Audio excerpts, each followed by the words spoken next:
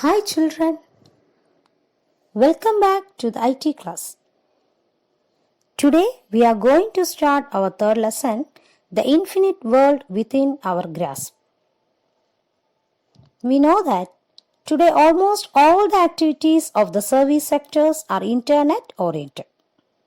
This chapter is mainly related to internet and email services. Nowadays, email or electronic mail address has become a necessity for all online services. This chapter will help us to get to know in detail how email address is created and how emails are sent. Shall we start the lesson? Do you know what is an email? Email is the short form of electronic mail. It is a method of sending and receiving messages through internet using the electronic media. In addition to messages, we can also send and receive pictures, audio files, films, etc. through this. There are service providers who provide email facility free of cost. Can you say some service providers? Yes, Gmail, Yahoo Mail, Rediff Mail, etc. are some of the service providers who provide email facility free of cost. Messages sent through email from anywhere in the world is stored in the email address of the receiver. Receiver means one who receives something. Okay, you can open the mail using a password and read the letters and other attached files from anywhere with the help of an internet connection. So, to create an email address, we have some prerequisites. Can you say what all preparations are to be made for sending an email? First one, the internet facility should be available. Then the second and most important point is that both the sender and the receiver should have an email address. Gmail is the email service provided by Google. Email address can also be used for other services of Google.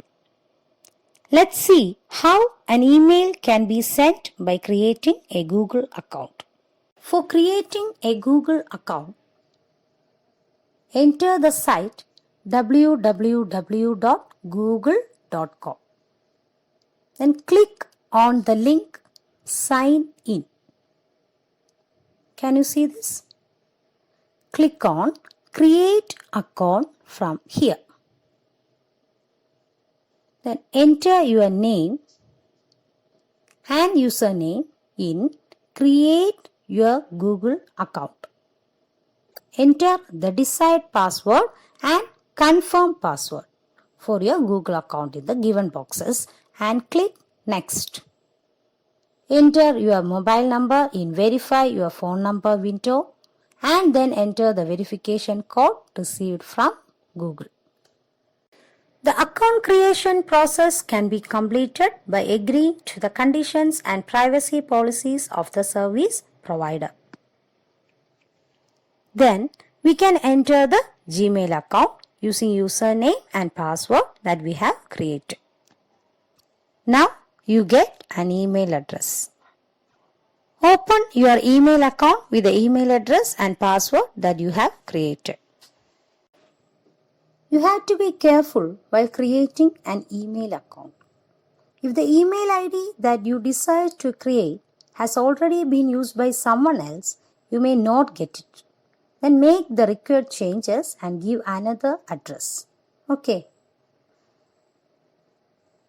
Now, let's know the email address in detail. An email address has two parts. The name given by the user, that is the username, and the name of the service provider. The two names are separated by the symbol @. For example, if a person named Joy Chiran registers in Gmail with the ID Joy Chiran, his email address will be joychiran@gmail.com. And if he registers in yahoo.in, his address will be joychiran@yahoo.in. Here, Joychiran is the username and Gmail or Yahoo is the service provider. And we have seen that the two names are separated by @ symbol. Okay.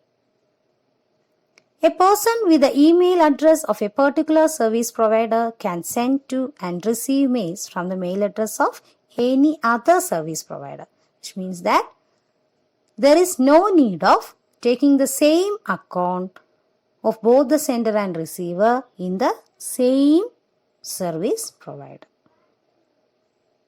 The only thing is that both the sender and the receiver must have an email address. Now, you might have noticed that when internet services are used, often you are asked to type in a space as shown in the figure while providing your personal details to register for an email address. This is called completely automated public Turing test to tell computers and humans apart. That is CAPTCHA. CAPTCHA is completely automated public Turing test to tell computers and humans apart. It is a test to ensure that the user is a human being. Websites generally use CAPTCHA to protect the site from automated programs that are used to hack the websites. Okay children, this is the end of this part of the video. We will continue this lesson in our next class. Thank you for watching.